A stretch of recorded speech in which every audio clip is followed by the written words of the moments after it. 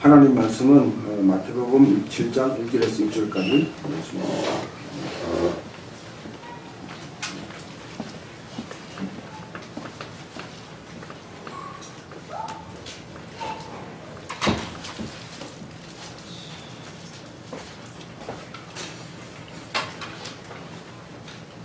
교독합니다. 네, 비판을 받지 아니하려거든 비판하지 말라.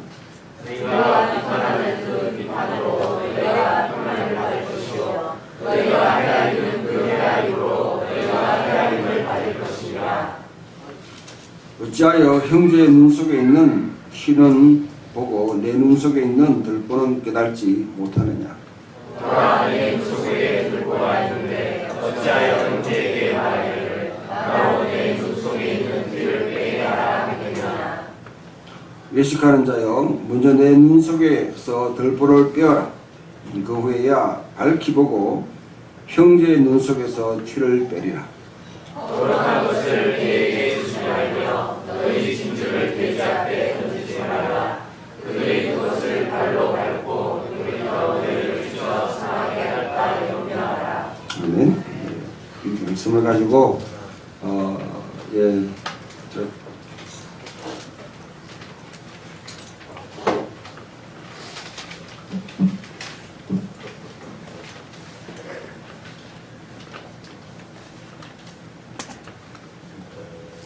이거 이렇게 했어요? 예.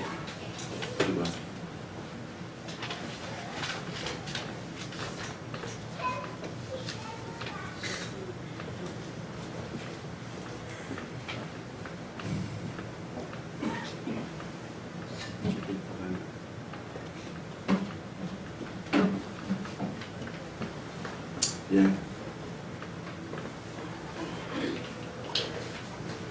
비판하지 말라. 되게 이 기도 제목을 가지고 이 본문을 되게 이렇게 좀 뽑습니다. 비판을 받지 아니하려거든 비판하지 말라. 네? 비판을 받지 않으려거든 비판하지 말라. 그래서 비판하지 말라 하는 말들을 이 본문 가지고 많이 말씀하세요. 저는 또 이렇게 비판은 돌아온다. 아예 비판을 던져버려요. 교회에서 여기 목사님 설교에 대해서 비판하지 말라. 그렇죠. 그 다음에 교회 하는 모든 일에 대해서 비판하지 말라.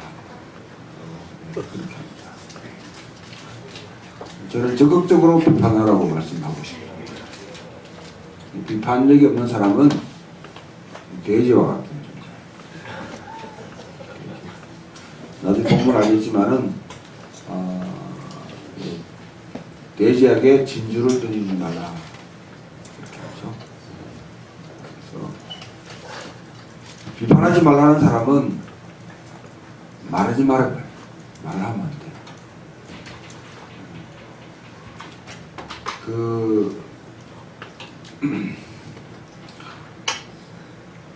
저 대구에 와서 목회할 때 어떤 분이 어떤 대구에 여기 가까이 있는 큰 교회 목사님 책을 좀 많이 읽는 분이 있는데 그분의 설교집을 이제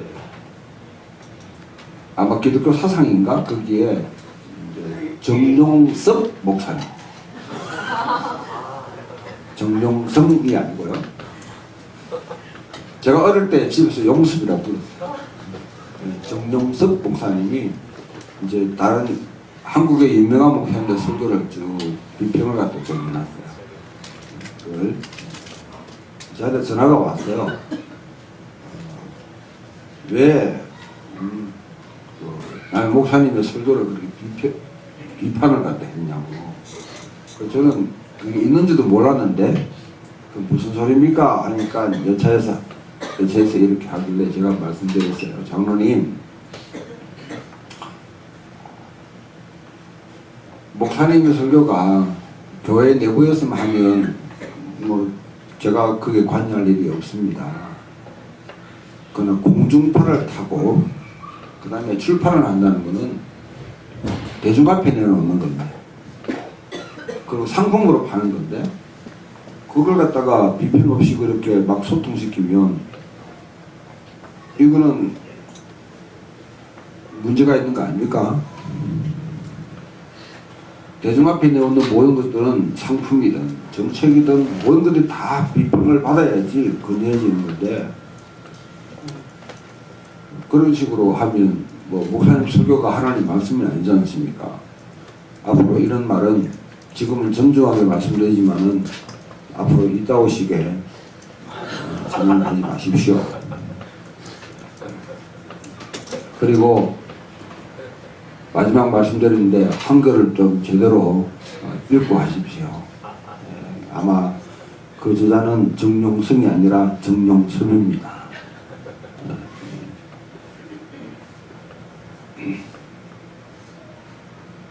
이게 비판을 갖다가 하지 말라 하는 거는요, 독재를 하겠다는 거죠. 독재의 다른 말은 독선적이라는 독선적. 내 말이 옳다, 무조건 따라라. 그래서 시키는 대로 해라. 그 강요하는 사회. 이거는 군대에서는 가능합니다. 군대에서는 군대 문화가, 군사 문화가 판을 치는 곳에는 반드시 이런 생각들이 있는 것이죠. 민주화가 되지 않는 사회, 그런 사회에서는 비판하지 말라 이렇게 해요. 여러분 적극적으로 비판해야 됩니다. 그리고 비판이 없는 사회는 죽은 사회예요.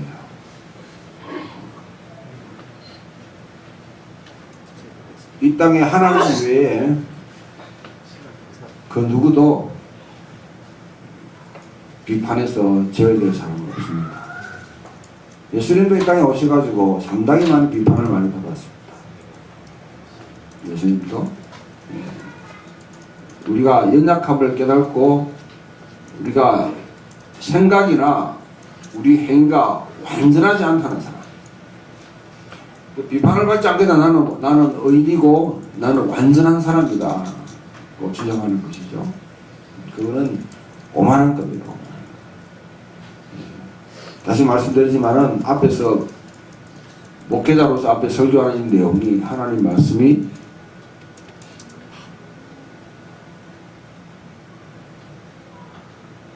물 풀어서 연약한 부족한 한계가 있는 저의 경험을 통해서, 아니 지식을 통해서, 하나님 영감을 통해서 풀어내요. 풀어내지만은 한계가 있습니다. 결점이 있을 수 있어요. 독이 있을 수 있습니다. 그걸 잘 소화를 해야 되고, 그걸 여러분들이 소화하는 동시에 잘못된 걸러낼 수 있는 능력이 없으면요, 그거는 오히려 설교를 들으면 들을수록 잘못된 길로 빠지죠. 자, 여러분, 진리는 성경입니다. 그죠? 여러분 진리를 안다면, 진리를 알진 진리가 너희를 자유하게 합니다.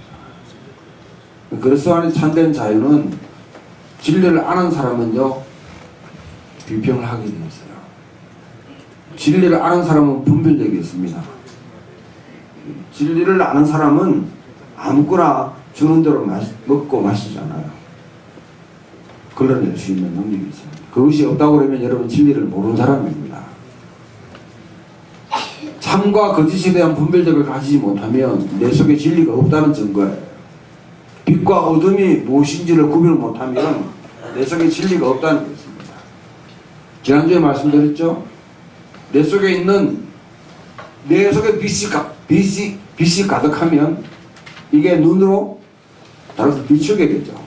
세상을 밝게 만들 수 있습니다. 세상은 너희는 세상의 빛이라 하는 말이 바로 그것을 이야기합니다. 이 속에 하나님 나라의 가치를, 하나님 나라의 방향 설정을 분명히 하고 하나님 통치가 무엇인지 분명히 안다고 그러면 너희 눈을 통해서, 너희 삶을 통해서 이 세상을 밝게 만드는 사람이 되는데, 이미 내 속에 뭐냐면 바알을 숭배하고 바로 시대를 그리워하고 오늘 여러분 여리고성을 정탐을 갔던 12지파의 그 지파장들 가운데 10명의 지파장들이 다 반대를 했잖아요. 그 사람들의 특징은 뭡니까? 어떤 컴플렉스에 걸렸어요?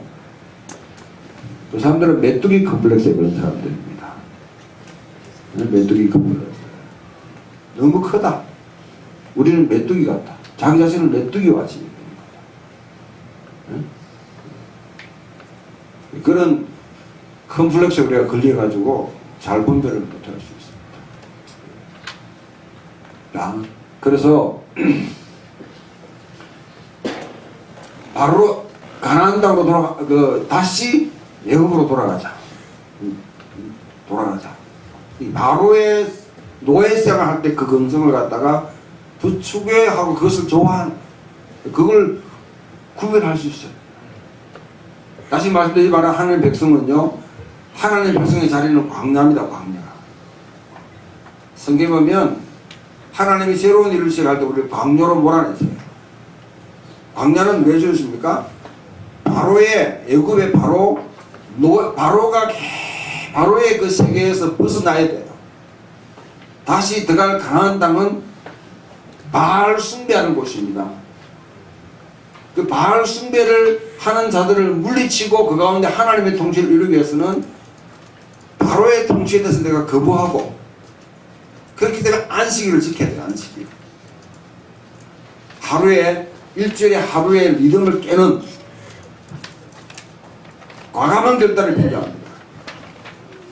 그 다음 내가 그래 해야지 바알을 숭배하는 자리에 가서 동화되거나 융화되어서 흡수되지 않는다. 그렇지 않으니까, 그 분별력이 없으니까 바알도 취하고 바알도 취하고 광야도 취하고 아무거나 다 좋아.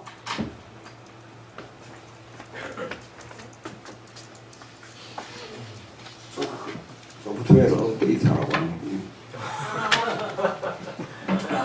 자, 이 책은 여러분 윌리엄 셰익스피어의 메소포메이저가 우리 한국에는 잘 알려지지 않는, 근데 이게는 번역도 잘하는 너 헤아림은 여기 네 헤아림으로 너희가 헤아림을 받을 거다 했는데, 헤아림이 이게 메저라고 그래요. 이걸 자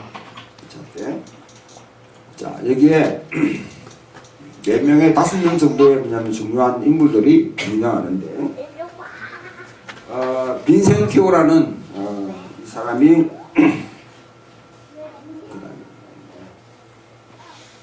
빈센티오라는 사람이 공작인데, 비엔나의 공작인데요.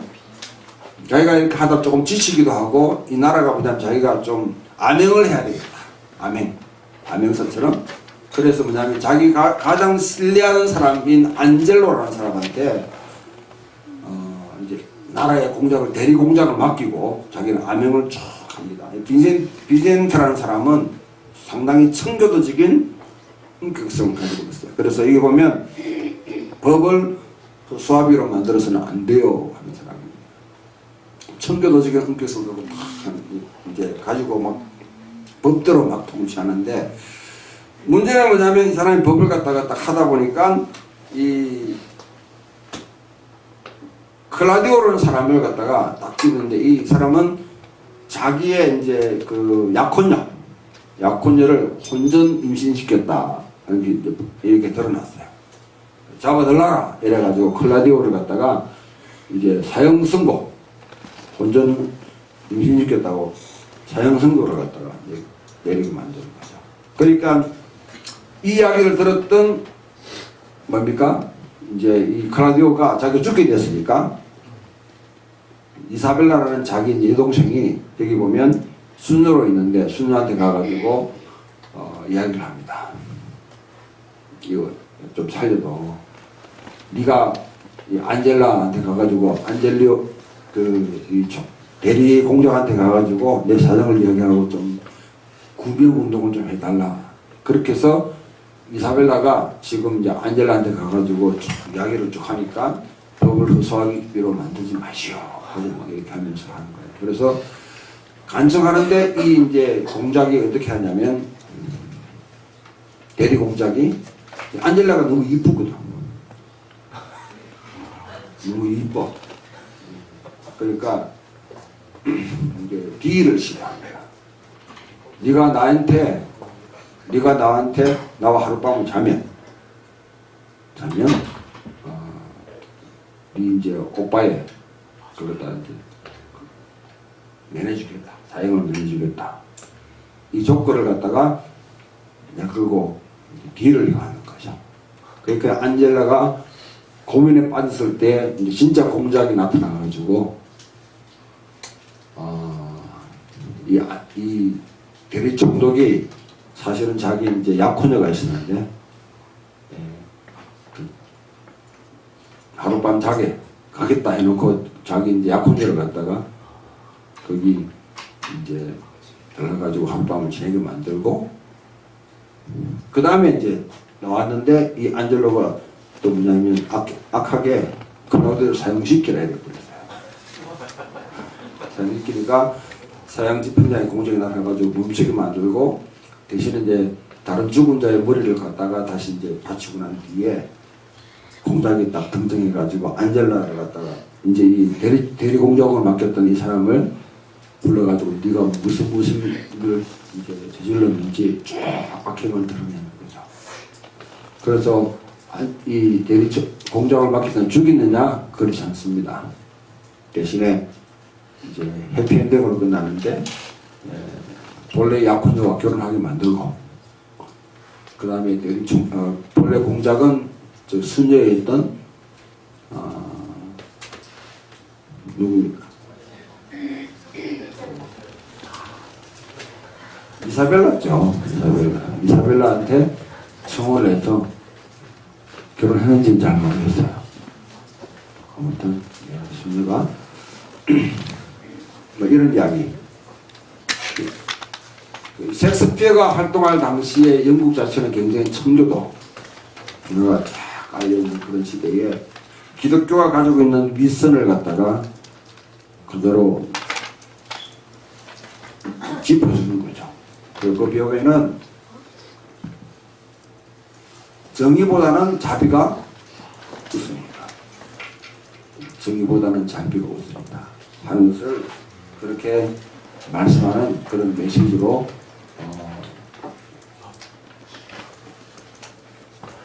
이 작품을 갖다 썼습니다. 자, 이걸 염두에 두고 여러분 첫 번째 여러분 비평하십시오. 우리 한국 지성사를 이끌어온 아주 거대한 두 축이 있다고 그러면 저는 창조과 비평과 문학과 지성이라는 두 하나의 큰 잡지입니다. 이게 한 80년대, 70년대, 80년대에 상당히 많이 읽었던 그런 잡지고 지금은 조금은 영향이 떨어지지만 그건 여전히 창조과 비평은 조금 좌파적인 성향의 그런 글들을 내고요. 문학과 지성은 조금 우파적인 그런 지성인들의 복음제에 대해서 계속 학문을 활동 이 두 가지가 균형을 이루면서 상당히 많이 한국 지성사에 굉장히 중요한 역할들을 많이 했어요. 저는 한국 교회가 적어도 이 목회자들이 이 두 책이라도 좀 열심히 읽었더라고 그러면 지금과 같이 이렇게 무식한 상황에 빠지지 않는 거죠. 인문학적 소양이 없으니까 하는 말이 비판하지 말라, 대들지 말라 그렇게 하면서 마치 그것이 어떤 목사를 거스르는 것 자체가 하나님을 거스르는 것처럼 그러지 않으면 목사가 뭐가 됩니까? 하나님이 되는 거죠. 이런 오류를 여러분 지성이 없는 사람은 맹목적이에요. 달리 말하면 판단력이 없는 사람은 맹목적이 될 수 있습니다. 순수한 것 좋아요. 그러나 좋은 것으로 좋은 게 아닙니다. 때로는 여러분 때가 묻더라도 해야 될 해야 되는데 순수한 사람들, 중립적인 사람들, 나는 중립이다 하는 사람 가장 위험한 사람입니다. 인간은요 중립이 될 수 없어요. 뭐든지 자기 스탠스가 분명히 있어야 되지. 인간이 여러분 객관적일 수 있다고 생각하고 중립적일 중립적이라는 거는 굉장히 오만한 거예요. 그러니까 누구든지 편견을 갖고 있고 내가 선입견을 갖고 있다, 내가 전제가 있다는 것을 인정하는 사람하고요, 인정하지 않는 사람이 큰 차이가 뭔지 아세요? 자기가 전제가 있다는 사람은 전제를 자기가 동시할 수 있어요. 내가 흑인에 대해서, 죄송합니다, 흑인의 여성에 대해서 내가 좀 비하하는 생각을 갖고 있다고 본연적으로 여러 경험에 그런 걸 가질 수 있는 사람은요, 내가 이것은 내 결점인데 이것을 자기가 통제하려고 하고 조심하려고 해요. 그런데 전혀 나는 그거 없다 하는 사람은요, 그는 은연중에 사회 문화 속에서 좀 남성 우위의 사회에 살고 있는 사람은 아무런 생각 없이 그냥 그것을 뱉어내요. 자기 편견, 자기 선입견 이런 것들 전제를 인정하는 사람은 그것을 통제할 수 있습니다. 그래서 저는 성경에 혹시 여러분 성경 공부하는데 열심히 또 이렇게 있는 사람들은 아마 젊었을 때에 기납법적 성경 공부 방법, 그거 제일 나쁜 성경 공부 방법. 아주 무식한 성경. 기납이라는 건요, 인간이 객관적이다는 것을 문제예요. 그러니까 아주 무식한 여러분 성경 해석을 하는 거죠. 인간은 절대로 객관적일 수 없습니다. 중립적일 수 없어요. 자기의 내 스탠스가 어딘지를 분명히 아는 사람은 그것을 알고 통제해 나갈 수 있어요. 거룩하고 순결하고 중립적이고 나는 순수하다 하는 사람은요, 어떤 트랙에 빠지냐면 아주 여러분 악한 사람들의 먹잇감이 되고 조종당하고 부역하는 역할을 합니다. 나는 순수한 마음으로 했다는데 사실은 지금 보면 뭐냐면 악한 자들의 손에 놀아나고 있는데도 불구하고 나는 순진하다고 그래요. 아무런 사심이 없이 했다고 그래요. 사심이 없이 했다가 여러분 감옥에 간 사람이 있죠? 철저하게 비판을 해야 됩니다. 비판의 강도가 강하면 강할수록 더 정결하게 되는 거죠. 순검은 단련을 통해서 이루어져요.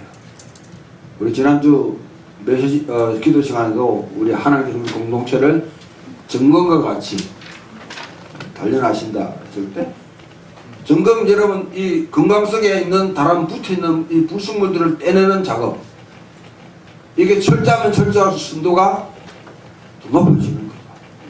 그런데 문제는 대안이 없는 비판은 허무적이 될 수 있습니다. 자, 이 건물이 잘못됐다, 무너뜨려야 된다. 그럼 무너뜨리면 끝나요? 다른 걸 있어야 되잖아요. 다른 대안이 있어야 되잖아요. 그거 없이 그냥 이거 잘못하면 무조건 허무틀어. 그 다음에는 네가 알아서 해. 이렇게 하면 그 허무죄로 빠지는 거예요. 그 비판이 있어야지. 이게 잘못됐으면 고치려고 하니까 창의성이 생겨요. 창의성. 비판을 할 때 여러분들이 비판을 철저히 하십시오. 대신에 비판한 사람이 분명히 알아야 될 거는 근거가 분명히 있어야 됩니다. 논리가 있어야 돼요. 비판하는 사람 대안을 갖고 비판해야 됩니다. 잘못됐다 그러면 어떻게 할래? 다른 대안을 제시하면서 비판을 해야 되지, 무조건 잘못됐다 하는 사람, 그거는 아주 사악한 놈입니다. 아주 허무주의에 빠집니다. 아나키즘, 무정부 시대로 이끄는 사람. 그래서 여러분 대개 학교에서 가르친 것들을 보면 노하우를 많이 가르쳐요. 특히 여러분 요즘 그 뭡니까, 스카이캐슬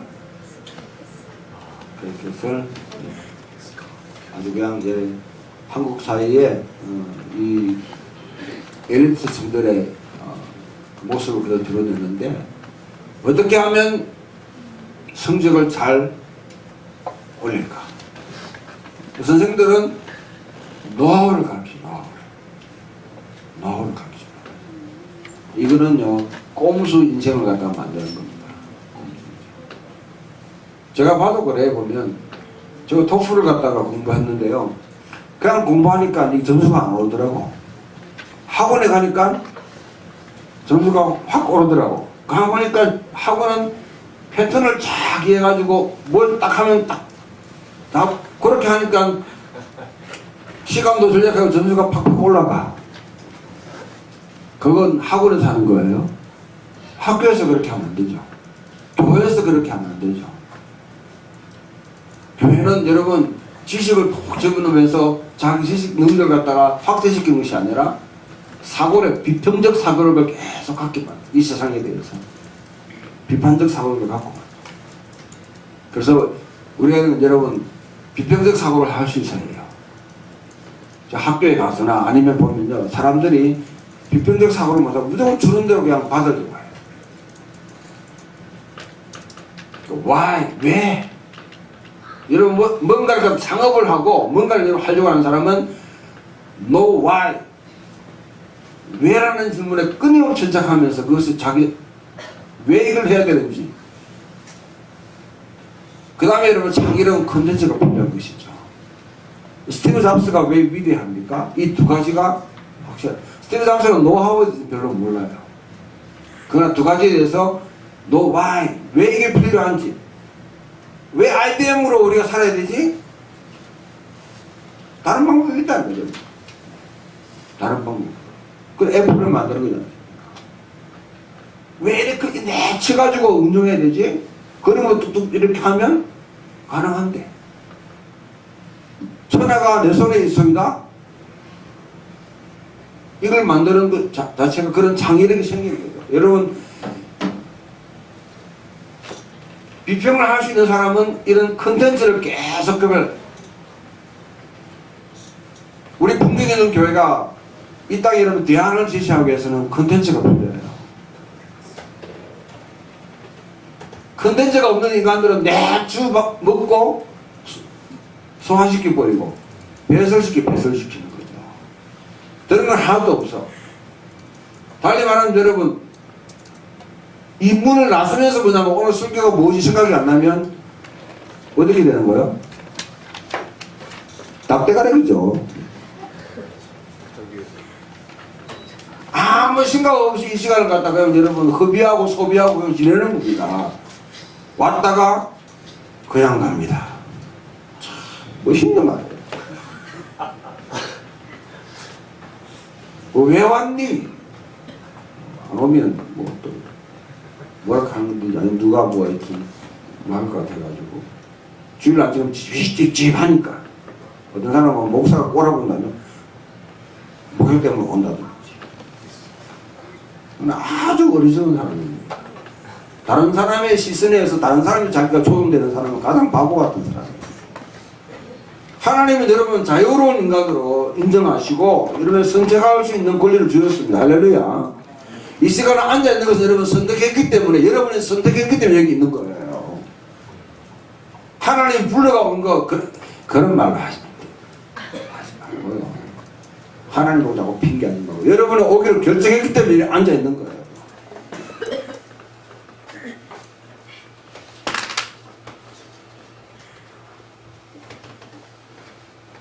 그래서 여러분 앞에 공개적으로 불특정 다수나 아니면 대중 앞에 여러분 제시되는 모든 것을 절대로 그대로 받아들이면 안 됩니다. 그것이 국가의 정책이든 아니면 여러분 어떤 과학이든 문학이든 반드시 비판받아야 되고요. 목회자의 설교도 마찬가지입니다. 실력이 없으니까 비판하지 말라는 거죠. 공부를 안 하니까. 학교 선생들, 교수들 가운데도 비판하지 말라는 사람이 있더라고요. 제일 무식한 인간들. 두 번째, 그러면 이게 누굽니까? 순수성 비판, 판단적 비판, 또 실천인성 비판. 이 사람은 쓴 사람이요? 어우, 실천주의 칸트. 최경훈 선생님 달리 보인다. 와. 이마누엘 칸트를 한 칸트 선생님께서 이 세 권의 책을 쓰면서 사실은 여러분 경북대학교 철학가가 칸트 철학이 아주 아성입니다. 근데 이런 여기 비판, 순수이성 비판, 실천이성 비판, 판단적 비판, 이성에 대해서도 내가 비판할 수 있습니다. 이성에 의해서 이러면 지배를 받는 삶이 아닌 내가 그것을 비판할 수 있습니다. 그래서 여러분 두 번째 판단하십시오. 분별하는 게 필요합니다. 건전한 판단력은 건전한 삶에 반드시 필요합니다. 건전한 판단력은 비평적인 분별력과 대안적인 통찰력에 나올 수 있는데 세 가지 성견지명, 포사이트 미리 아는 것이요. 두 번째 통찰력, 지금 현재를 갖다가 꿰뚫고 볼 수 있는 통찰력, 인사이트. 그 다음에 일이 지나고 난 뒤에 왜 일이 일어났지 하고 여러분 느낄 수 있는 사후지명, 이거는 힌드사이트라고 합니다. 성견지명, 원고 이지심이죠. 옛것을 갖다가 잘, 모든 것은 옛것에서 비롯된다고 할 수 있습니다. 이 사람이 뭐냐면요, 영어로 적어 죄송합니다. 화이트헤드라는 아주 유명한 여러분 그런 철학가인데, 이 사람은 서구 사이에 수많은 많은 철학들이 지금까지 계속 못 알아요. 플라토 이후에 엄청난 사상적인 조로가 있죠. 이 사람 딱 한마디 정리해버립니다. 모든 서구 철학은 플라토의 풋노트에 불과하다. 플라토의 여러분 저작에 이러면 뒤에 그냥 풋노트를 플라토에 있는 거 다 반복. 그 모든 철학을 보면 지금 돌아보면 플라톤의 철학이 다 있다. 옛것에 대해서 우리가 존중할 수 있어야 됩니다. 그리고 고전이나 그래서 클래식이라는 게 중요하죠. 클래식은 시대와 지역을 떠나가지고 모든 사람에게 영감을 주고 교훈을 줄 수 있는 그런 책들 읽어야 돼요. 아이들한테 고전을 갖다 읽히는 거 중요합니다. 두 번째, 속담이나 격언 무시하지 말고 사람들의 경험이 그대로 묻어오는 거죠. 앞세대 사람들 꼰대 정신 가진 사람들이 있어요. 내가 옛날에는 이랬는데 그 꼰대 정신 가진 사람 말 새겨들을 필요 있습니다. 그러나 거기서 더 나가야 되죠. 자기의 경험을 절대화시키는 사람은 그는 위험한 사람이에요. 내가 경험했던 것이 다 옳다고 하는 사람은 가장 위험한 사람들입니다. 그러나 새겨들을 필요는 있어요. 새겨들을 필요. 그것을 넘어서야 되는 거죠.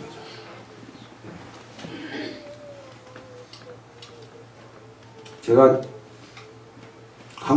한국교회에 아주 큰 역할을 했던 한 교수님 보고 이 사람이 어떻게 생각하냐 댓글로 내가 꼰대 이랬더니 완전 얼마나 욕을 들으면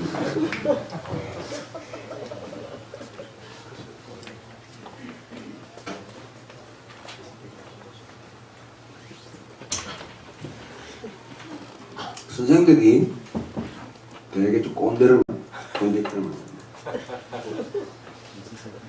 그 다음 통찰력이라는 것은요, 현실에 일어나고 있는 데서 어떤 흐름을 갖고 있는지, 왜 일어나는지 어느 정도 여러분 큰 시각을 가지고 볼 수 있는 눈이 필요합니다.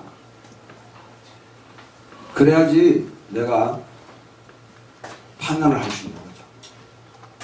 그 다음에 사후지명, 인터사이트는 지나가고 난 뒤에 지나간 것은 지나간 대로 그런 의미가 있지 하고 그냥 지나가 버리면 곤란해요.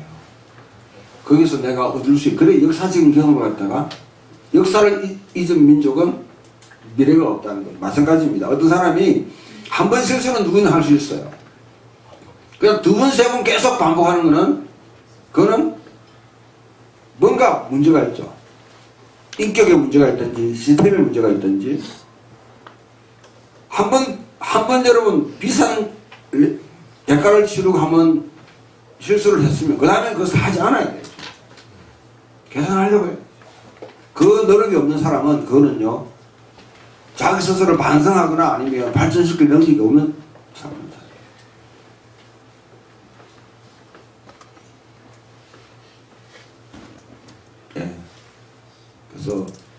그러나 우리가 정죄는 하지 말아야 됩니다. 왜? 달리 말하면요, 이 컨뎀 정죄, 네 죄가 있어 가는 거죠. 아까 안젤로처럼요, 네 죄 있네, 사형선고야. 법조문 갖다 대면서, 규칙 갖다 대면서 잣대를 갖다 대는 거죠. 이 자기가 가지고 있는 선입견, 자기가 가지고 있는 편견들, 그것을 가지고 그냥 다른 사람을 그대로 적용시키고, 이런 사람들이 대개 보면 차별과 해보와 낙인을 찍습니다. 쟤는 안 돼. 저는 안 돼. 차별과, 오늘 한국교회를 세 가지로 이야기하더라고요. 첫 번째가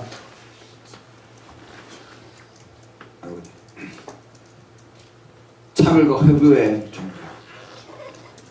왜 이래 일하는지 여러분, 이 연유는요, 미국에 지금 뭐냐면, 크리스찬 벨트, 부시 정권 이후로부터 미국 사회를 갖다 지금 굉장히 정치적으로 영향을 주고 있는 그룹들이 미국 복음주의 기독교예요. 그 영향을 받아 한국에 누가 뭐냐면 뉴라이트라고 만드는 분이 있죠. 이 사람들의 특징이 뭐냐면 혐오와 차별을 갖다가 만들어요. 이 영향을 우리는 미국에 그대로 영향을 받기 때문에 한국 복음주의가, 한국의 기독교가 그 영향을 거든. 나와 다른 건 틀렸다. 그 정지하는 거죠. 지옥 간다는 거죠. 사탄의 자식이다. 어둠의 자식들.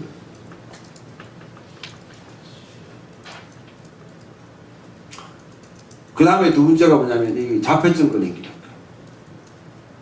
기독교에서 이름을 행하고 여기서 말하는 게 밖에가 통용이 안 돼. 여기서 이런 기독교 용어가 우리 삶의 현장에 녹아드는 메시지가 말이 아니라 완전히 이런 벽을 쌓는. 안 믿는, 우리 믿지 않는 사람이 교회에 오면 어쩔 수가 없어. 대학 교수도 절절매요. 왜? 용어가 다르니까. 뭐 어떻게 행동하는지 몰라요. 자폐증, 다른 사람, 다른 바깥 세계와 전혀 소통되지 않는 자기만의 세계, 궤토 속에 빠져버리는 거예요. 세 번째가 뭐냐면 바알을 숭배하는 거예요. 물질 숭배에 성공을 갖다가 부추기고 번영을 부추기고 그 다음에 복받으라고 하면서 바알 신앙에 철저하게 굴복해버려요. 바알에 무릎 꿇는 기독교라고. 이 세 가지로 저는 증명합니다. 현재 한국교회. 여기서 나오십시오. 여러분 그것을 추구한다고 그러면 그것은 신앙생활을 하는 것이 아니라 사실 여러분 바알 숭배를 갖다가 자, 교회 왔는데 교회가 오히려 뭐냐면 크리스찬 바알 숭배자로 만들고 있는 거죠. 전도 열심히 했어요. 데리고 왔는데 안 믿는 사람을 열심히 바알 숭배하는 사람을 이제는 예수 믿는 바알 숭배자로 만들어.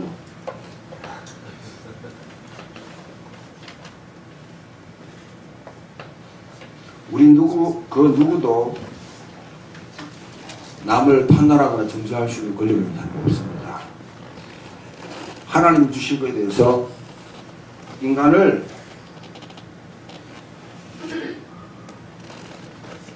혐오하거나 차별하거나 소위 말하는 갑질하는 거예요. 우리 문화, 유교 문화 속에 있는 우리가 굉장히 익숙하게 당연하게 저항하지 않고 그냥 당해야만 되는 것으로 생각했던 것에 대해서는 진리를 아는 기독교가 거기에 대해서 분명히 말을 할 수 있어야 됩니다. 여러분들. 자, 이거 내로남불이라는 게 있죠. 내로남불. 나는 이게 여러분 사다성어의 한문에 있는 줄 알고 치워니까 없더라고. 이게 신조어도만요. 내가 하면 너면 쓰고 남이 하면 누구니.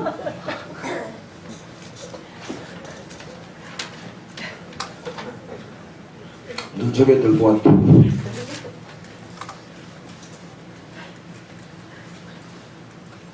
밑에는 애가 개가 참 재밌어요. 똥 묻은 개가 개 묻은 게 나무란다. 겨 묻은 게 나무. 이런 것은 우리 시각장애가 많습니다. 시각장애 보게 되면 원시, 근시, 난시 누구든지 다 쓸 수 있어요. 그 옆에 있는 거는 뭡니까? 생명이죠, 생명. 그 다음에 보면 백내장, 녹내장 생기고요. 이거는 야는 뭡니까? 사시. 야는 나이 많으신 분들 사는 거. 노안입니다. 노안. 다세도안. 그 다음에 약시. 시각이 문제, 눈이 문제가 있다. 눈 때문에 뭐냐면 내가 프레임에 걸린 사람. 지금 여러분 한국 사회는 프레임 전쟁이라고 그래요. 좌우. 여기서 벗어나지 못해.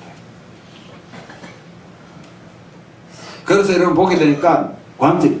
나는 진보인데 왜 보수의 말이 끌리는가? 코끼리는 생각하지 마라. 진보와 보수 문제는 프레임이다. 그 다음에 또 프레임. 나를 바꾸는 심리학의 지혜. 이래가 프레임이 지금 굉장히. 마치 여러분 코끼리 장님이 코끼리 만지듯이. 이 생각을 가지고 자기가 전체를 다 하고 싶은 거죠. 그래서 여러분 이런 걸 극복하기 위해서는 제가 소개합니다. 양희성 청남 아카데미 대표인 양희성 오분의 세계관 수업이라는 책을 냈는데요. 한동대에서 강의를 하고 그동안 오래 강의했던 내용을 정리한 건데 아주 세계관의 하나님의 나라의 관점에서 세계를 볼 수 있는 건데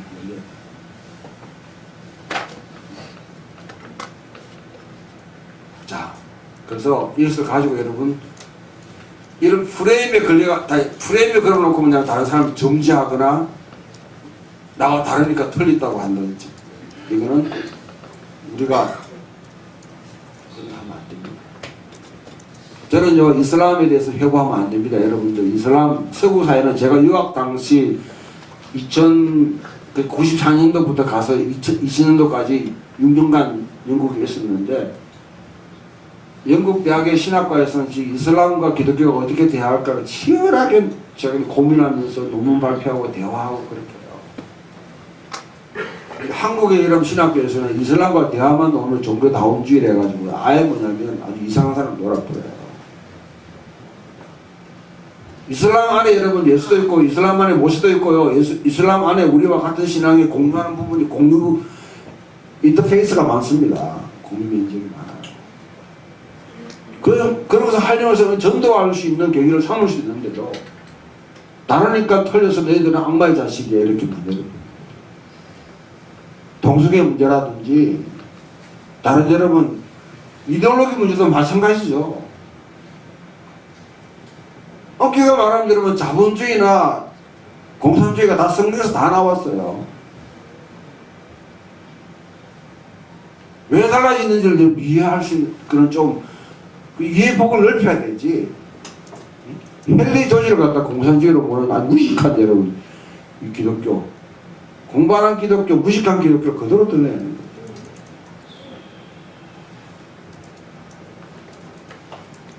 나갑니다. 개와 돼지를 등지하지 말고 분별해라. 여기 보면 개한테 거룩한 것을 개에게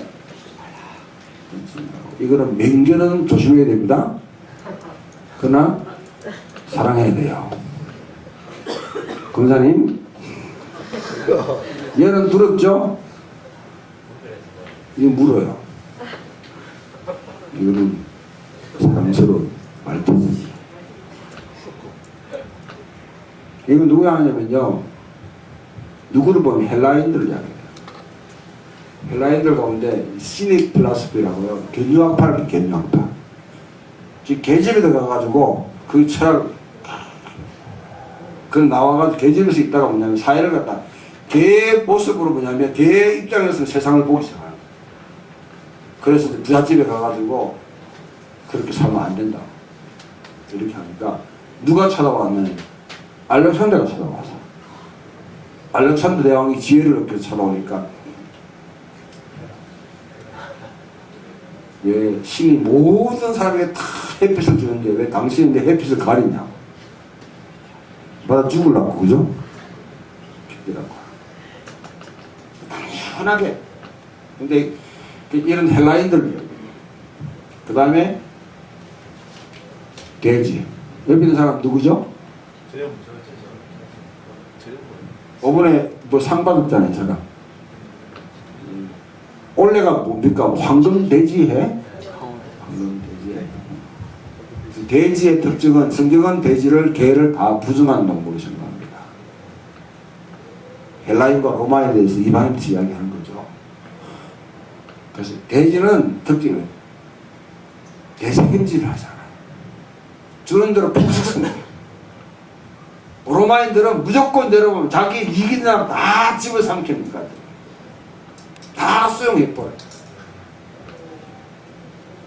헬라인들은 상당히 좀 비평적이에요. 근데 도로 주인을 물 수 있어요. 저도 코코 조그맣게 키우면서 많이 물렸습니다. 안 물리나? 개한테 그런 것을 던지지 말라. 다시 돌아서서 물까. 그 다음에 돼지한테 진주를 던지지 말라. 발로 걸어줍니다. 돼지 보시. 다 끝났나?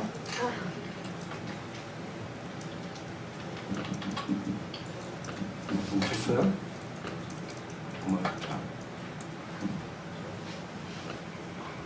자.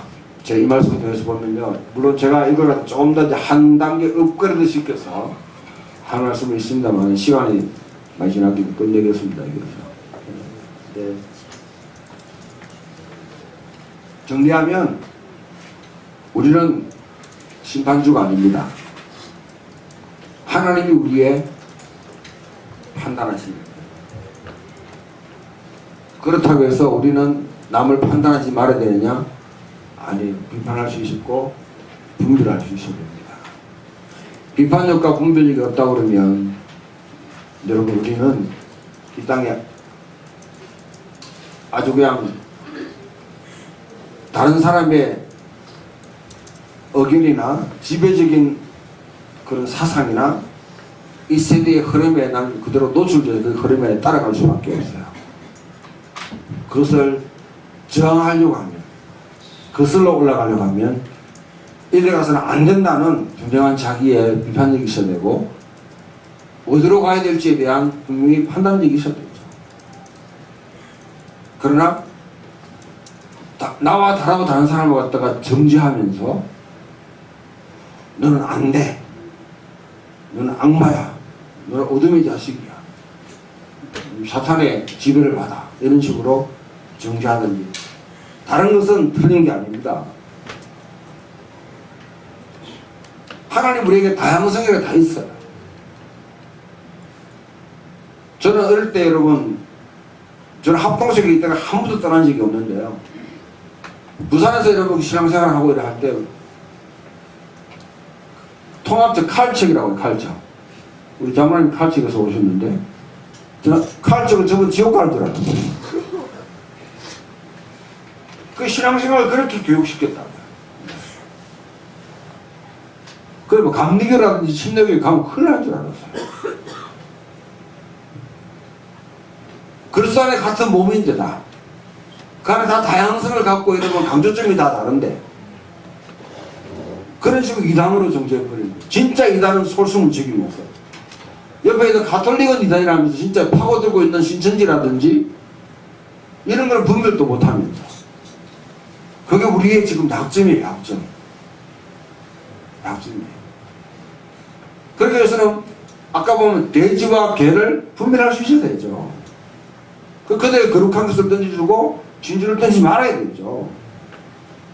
그런 분별력이 필요합니다. 그러나 내부에 있는 가산 형제 자매에 대해서 우리가